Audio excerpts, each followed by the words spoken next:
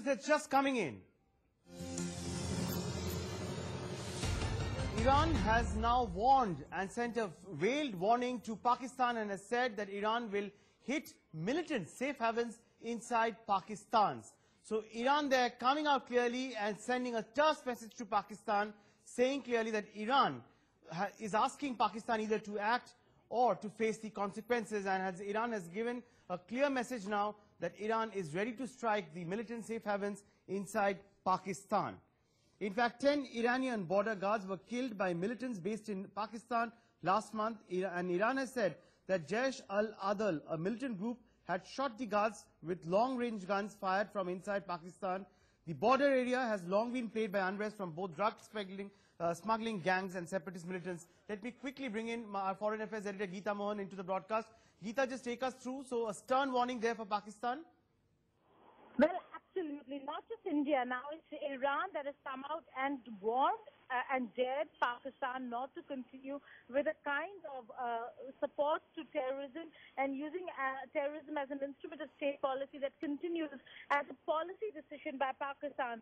10 Iranian border guards were killed by militants last month, and Iran specifically pointed it towards Jaish-al-Adl, which is a militant group that works on the Pakistan-Iran border and has been wreaking havoc and creating a lot of problems for the border guards on the Iran-Pakistan border. And these border areas have long been plagued by such absolute unrest that we see in the border regions of Iran and Pakistan as well. Now, Iran has come out and very clearly Major General Mohammad Baqeri, who is the head of the Iranian armed forces, is quoted as saying that this kind of situation is not acceptable to Iran anymore, and there could be consequences to such actions by Pakistan. Well, Geeta, just to put this in perspective once again, now Iran has warned that it will hit the militant safe havens inside Pakistan, and the head of the Iranian armed forces essentially has come out with this warning and has warned Islamabad on Monday that Tehran would hit bases inside Pakistan if the government does not confront militants who carry out cross-border attacks. So a very, very terse message there coming in from Iran. So Iran essentially speaking exactly on similar lines as what the world community has been saying as far as Pakistan harboring militant havens inside its own territory is concerned.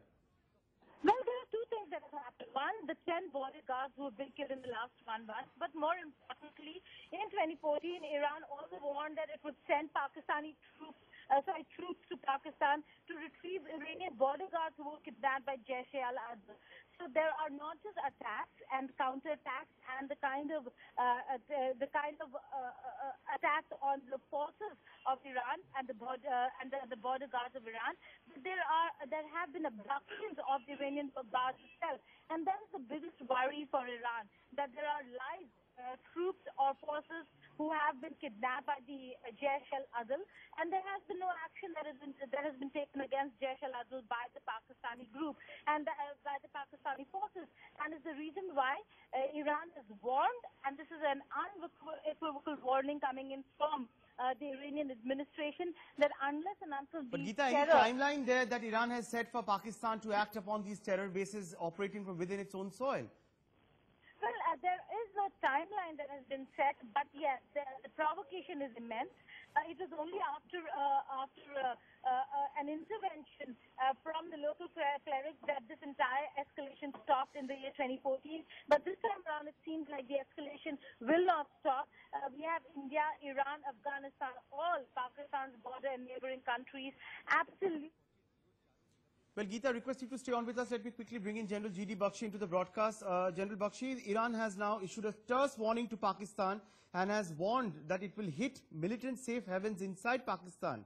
And the head of Iranian armed forces warned Islamabad on Monday that Tehran would hit bases inside Pakistan if the government does not confront militants who carry out cross-border attacks. Now, what are its ramifications? This message now coming in from Iran.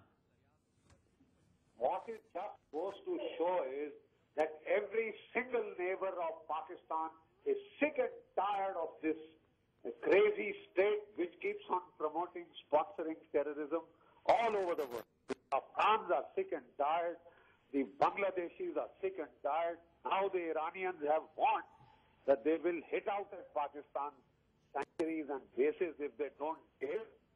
Now, that just goes to show that Pakistan is a terror-sponsored state, and we should, at the very earliest, try and pass that resolution and urge upon the parliament of Iran, of Bangladesh, of Afghanistan to also pass similar resolutions declaring Pakistan a state sponsor of terrorism.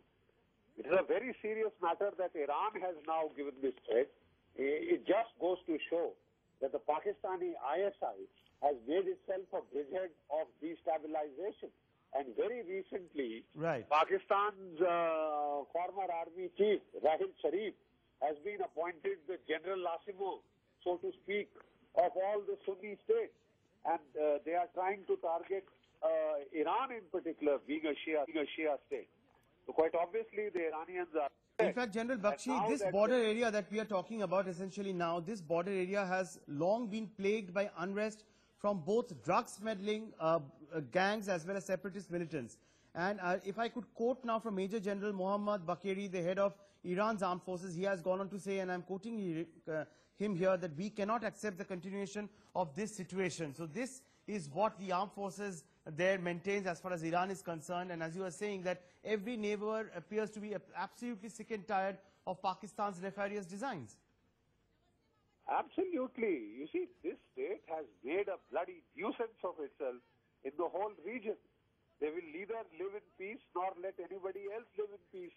Ask the Afghans, and they will tell you that every single militant group that operates in their territory has its bases in Afghanistan. So is the case with India.